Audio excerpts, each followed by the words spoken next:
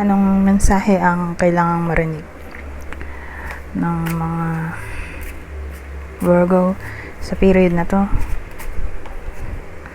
Pwedeng nangyayari na itong magiging reading o mangyayari pa lang. Kung hindi man para sa inyo itong magiging reading, di baka para sa someone na malapit sa inyo o kakilala nyo mismo. Baka may lumabas na gender mamaya. Gawin nyo na lang energy, masculine at feminine energy. Pwede rin naman na huwag nyo nang pansinin ang gender. Hindi ko masasabi kung anong magiging reading, kung positive ba o negative. Depende sa kung anong mapipick up kong energy. Walang masama kung papanoorin ang Sun, Moon at Rising sign kasi baka alin man sa mga yan ay mag-resonate na sa sitwasyon nyo. I-enter ko lang ang aking membership. Baka lang magustuhan nyo. How to join? Pakiclick lang ang join button ng YouTube para makita ang mga exclusive perks na ino-offer ko. Anyways, anong meron dito? Wala tayong bida dahil walang taong lumabas. Pero tingnan natin sa clarifier cards, baka may lumabas. Okay? So sa ngayon, meron tayong 8 of Swords, Hierophant, Ace of Swords. Ace pala to. 8 of Swords, Ace of Swords, 2. 2 of Swords.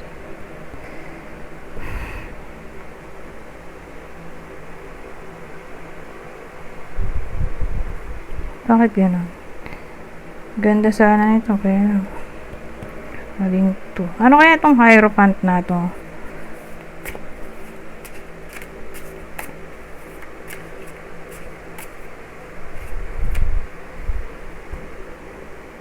Hierophant, Page of Cups.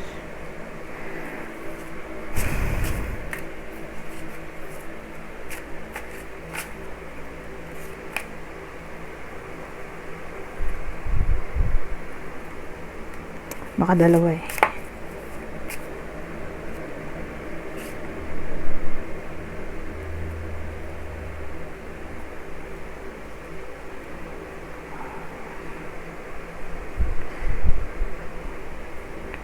Ace of Swords.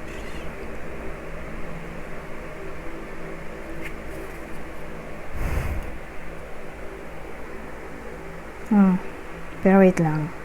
Ilamin ko muna itong Hierophant natin. Bakit siya nandito? Ano yung pinaka topic natin? So may someone na feeling trapped in a way na natatalo yung kanyang isip regarding. Uy, dalawa pala page. Hindi ko napansin. Teka lang. Hierophant mo. Hindi ko agad napansin. So, wait lang. Mukhang may iba yung sinabi ko. Kasi, usually,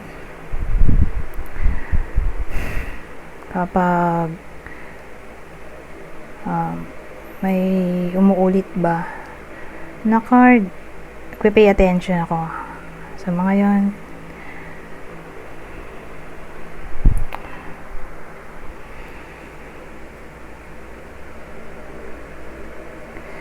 So, may dalawang page tayo dito eh.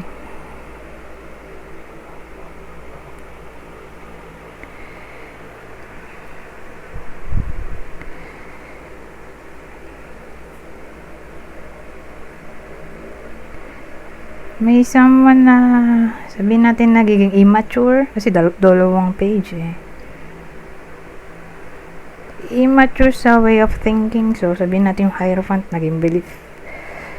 Mahirap ba mabago ang isip niya? Ano nga? Pagka-immature. So may Hanged Man. So dahil nagtatalo nga yung isip niya sa pagdidesisyon, kasi immature yung feelings niya siguro regarding pag-apologize. So, hindi niya alam kung magsusorry ba siya o hindi. Napunta tayo sa hanged man na para bang nahang siya. Na-stuck din. Parang ito. So, literal na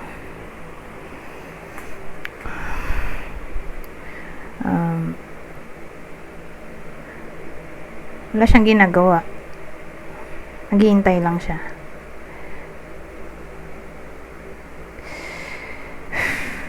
So, may someone na naghihintay. Although gusto niyang mag-sorry pero ewan ko, hindi niya kaya. Kaya ang ending, nauwi na lang sa paghihintay na mag-initiate ng naghihintay siya na yung person niya mag-initiate ng communication.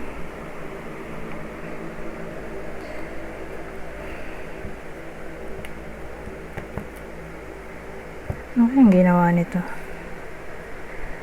Pero aware siya sa sarili niya, may ginawa siyang kalokohan. O nakapanakit siya ng feelings. Kaya nga, somehow, nagigilty siya. Gusto niya rin mag-apologize, pero at the same time, hindi kaya ng ego niya. Kaya yun. Ang ending, wala siyang ginawa. Ang tanong, ano kaya yun? Ano yung nangyari? Ano yung probable ginawa ng taong to? So, pwedeng kayo mismo to na gumawa nitong sasabihin ko. Or kayo yung naka-experience. So, again, anong ginawa nung tinutukoy kong tao sa person niya?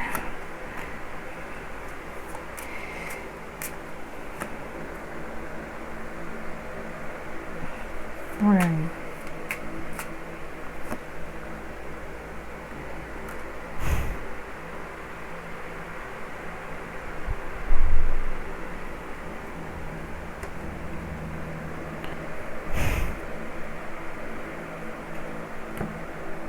Ano yan?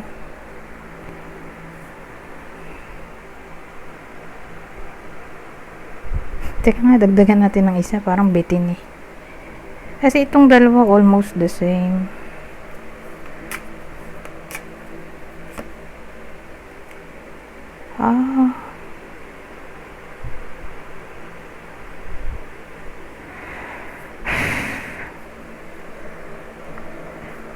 Well, ang dating siya yung nakipag-break eh. May ending tayo dito. Yun yung naging desisyon niya dyan.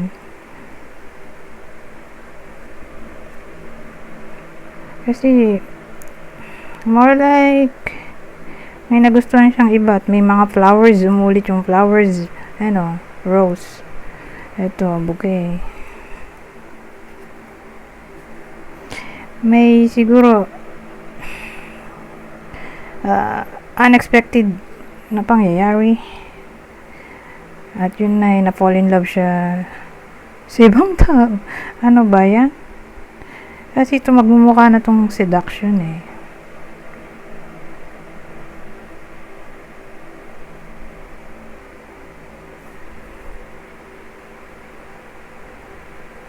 So, ayun. Ganun dating sa akin.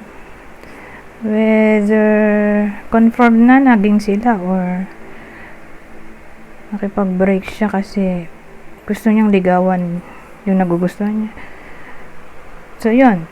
Kaya alam niya sa sarili niya, siya yung may kasalanan. Gusto niya rin somehow mag-apologize. Nagigilty nga siya. Kaya lang, hindi nga kaya ng ego niya.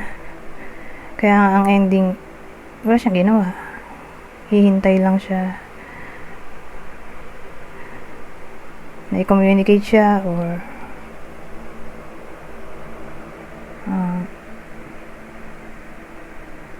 naging absent-minded na lang siya.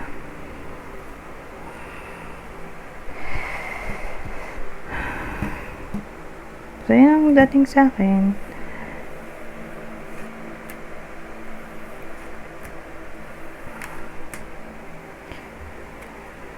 Pero grabe rin, no? Siya na nga may kasalanan. Ayaw niya pa mag-sorry. Diba yun? O nahihiya siguro. I-open up. Na yun nga, may someone else na involved. ang pagkakaalam nung partner niya, kaya siya nakipag-break. Yung kinukwento kong tao dito ay ayaw na sa kanya, yung pala may someone else. Pwede rin ganun, na nahihiya yung bida natin na i-open up na na-fall in love siya sa iba. Anyways, ano tong Ace of Swords?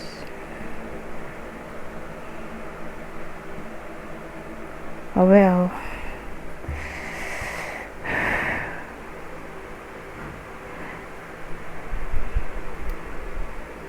sabihin natin parang dun din tutungo sa sinabi ko kanina, communication, eto confusion, or sabihin natin wala pa rin clarity tungkol dito, wala pa rin confession na maaaring mangyari, although sabihin natin may intuition yung partner niya na baka may someone else, kaya lang walang clarity nga dahil hindi pa nga makapag-confess yung bida natin dito sa reading.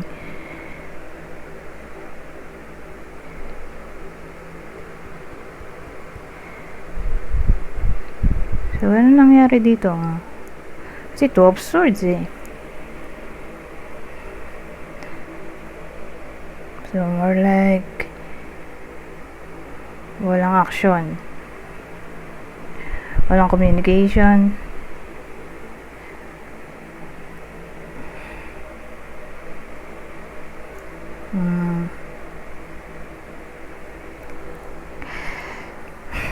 anyways, punta na tayo sa clue. So love reading to, no? Dahil love reading to,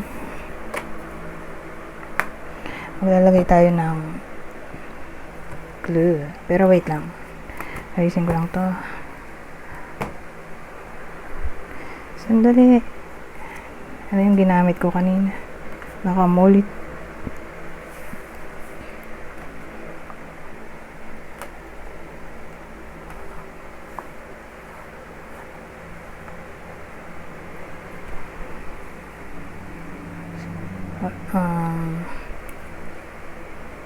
Tabi ko lang. Punta tayo dito sa clue. So ito yung possible person o partner ng bida natin sa kwento. Siyempre yung bida ay Virgo. Ito yung possible person o partner niya sa reading na to. Pisces, Sagittarius, Gemini, o pwede rin to sa crosswatcher actually. Ayan, kung dito para sa inyo itong reading, di baka para sa someone na malapit sa inyo, kakilala o idol, ito yung possible zodiac sa inyo. Aquarius, Taurus, Pisces.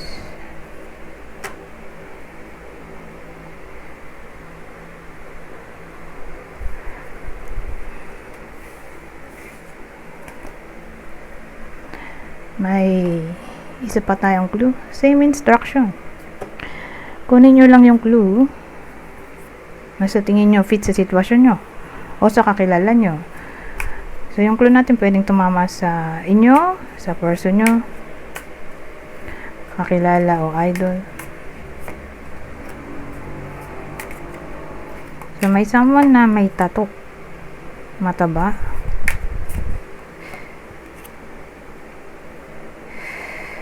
may taling o nonal na noticeable. Ito, glasses. So may someone din na may salamin, nagsasalamin. Okay, sa mata. So yan yung possible clues natin.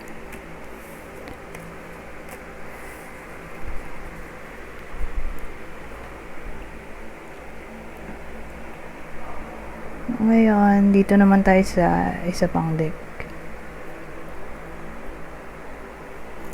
Isa pang information ang makikita natin dito.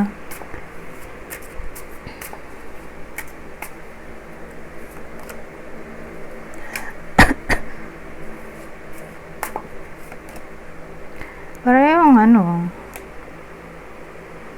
Zodiac. Parang zodiac sign. Ibang zodiac sign. Virgo tayo eh. Aquarius, Aries. So, magiging energy sila. Hindi yan tao. So, anong meron pag pinagsama natin yung dalawang yan? So, sa period na to, asahan natin na magiging somewhat unpredictable ang iba sa inyo. Unpredictable, hyperactive.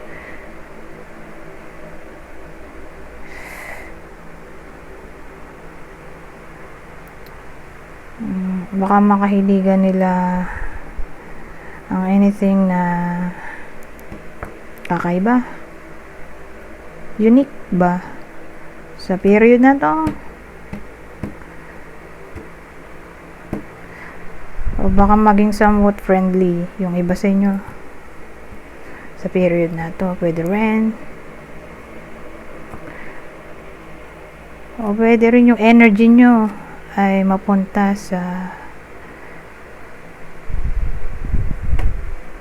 pag research about conspiracy theory, or baka maging somewhat studious yung iba sa inyo sa week na to.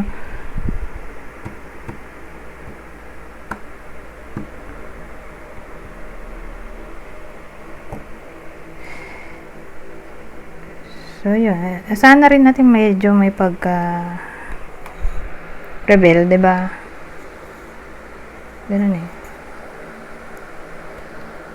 May pagka-rebelde. Yung energy sa period na to ng iba sa inyo, or baka kayo yung maka-experience ng ganun, ng mga sinabi ko sa ibang tao.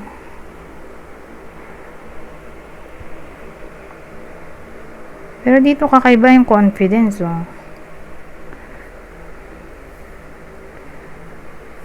Hindi magiging shy yung iba sa inyo sa period na to. Ay, di pala tayo tapos. 17 minutes pala. Kasi tayo sa susunod. Ay, this is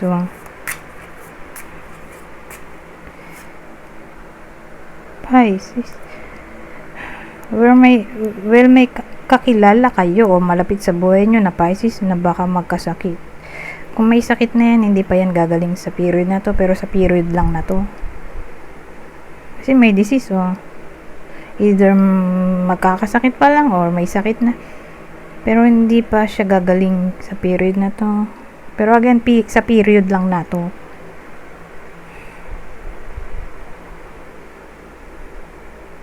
O may matutuklas ang sakit. May disease kasi eh.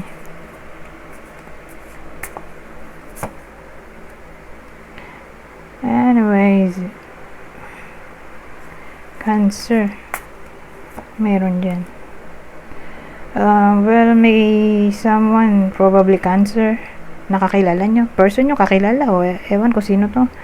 Basta, someone na kakilala nyo, malapit sa inyo, na Cancer nga, ay magiging somewhat controlling, manipulative, dictator sa period na to.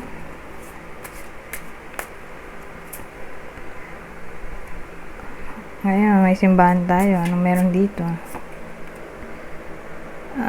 Well, ang dating sa akin, baka may iba sa inyo na may kakilala o friend na Gemini na baka alukin kayo na magsimba daw sa period na to. Magsimba o umattend ng wedding. Basta pupunta ng simbahan, papasama. Sabi natin, attend ng wedding nga. Binyag. O kung ano man yan, basta nasa simbahan. Papasama.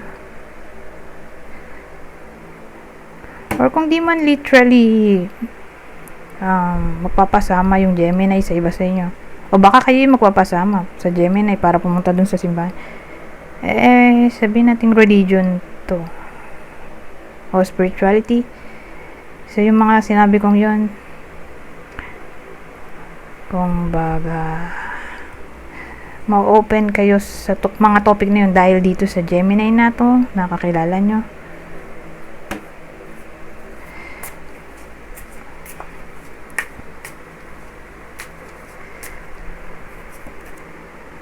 Ito, friendship.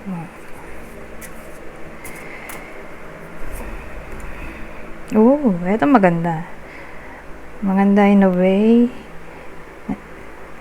na maganda yung samahan. Maganda yung samahan. Sa mga magkakaibigan, nandun yung loyalty. Ngayon, ibang case, baka may maging friend yung iba sa inyo na maganda. Diba pwede rin?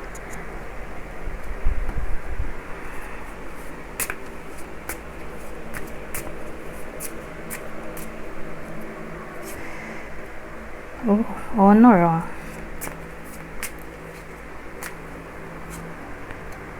Peace. Honor, peace.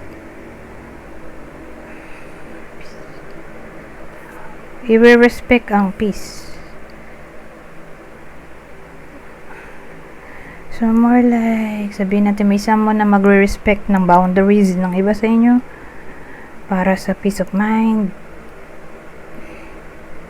O mapanatili ang peace.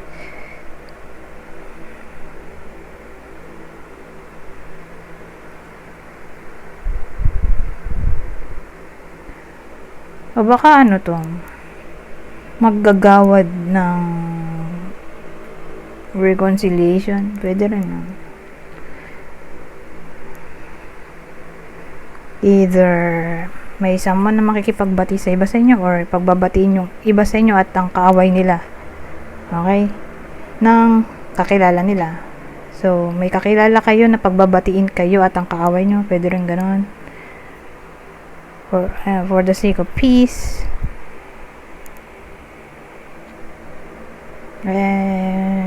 Punta na nga tayo sa sunod. Ang sakit ng ulo ko.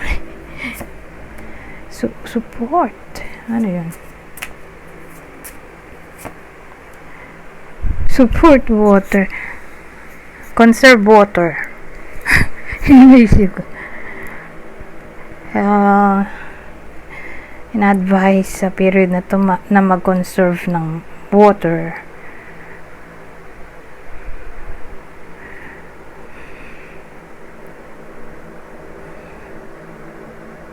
Magtipid ng tubig. Ayan na pa. Support water. Support water. Wala na ako maisip. Ang hirap ng combination. Support water. So, yun lang naisip ko. Conserve water.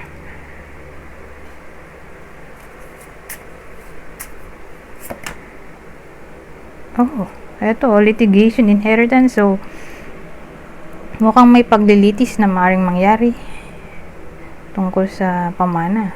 Ang tinagalog ko lang. Litis, pamana. Or baka ano to? Hearing tungkol sa pamana. Halimbawa, nagkaroon ng filean ng case tungkol sa violation ng rights tungkol sa inheritance.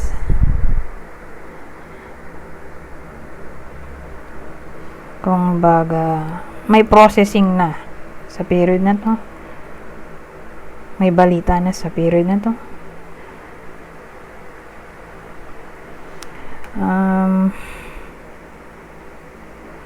Litigation, inheritance.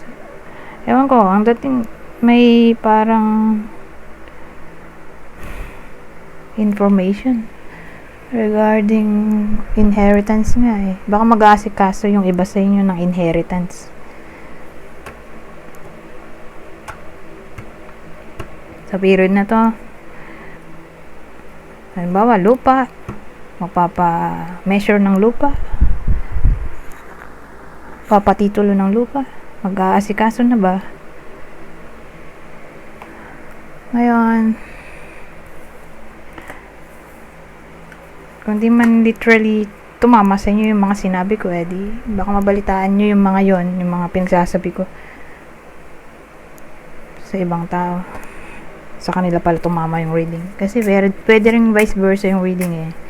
Kung hindi tumama sa inyo eh, di baka dun sa kakilala nyo na mababalitaan nyo na lang. Na ganun. Kumbaga, sa kanila tumama yung reading. So, ano pang ibang mensahe dito? Ito na ang last deck natin.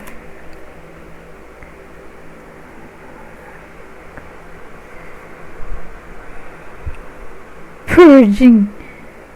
Purging, oh. Powerful allies. Parang ano ah. Ang weird nung combination. Kasi alam ko yung purging. Pwedeng may kinalaman sa pagpurga, paglinis.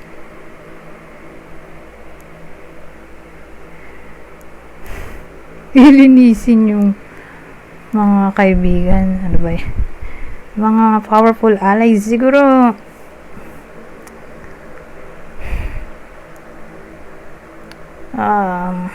ang dating, it's about time na mag-let go ng association mula sa mga naturingang kaibigan.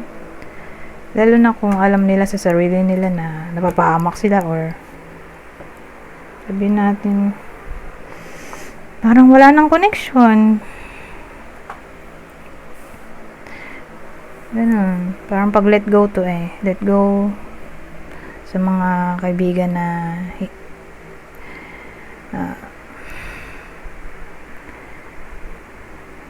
na toxic ba, in short.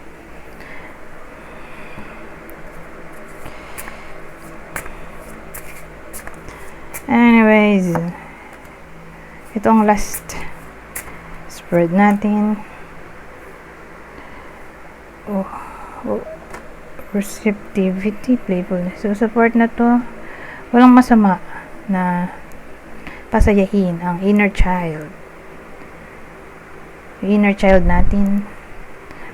Walang masama kung bumalik ulit tayo sa pagkabata or maging selfish paminsan-minsan. Walang masama kung maging playful paminsan-minsan, maging immature paminsan-minsan, maging crazy paminsan-minsan. So in short, walang masama kung i-prioritize ang sarili paminsan-minsan, diba? Ang dating dito, ipamper ang sarili, mag self-love, lalo na kung kinakailangan. Anyways, hanggang dito na lang. Goodbye for now.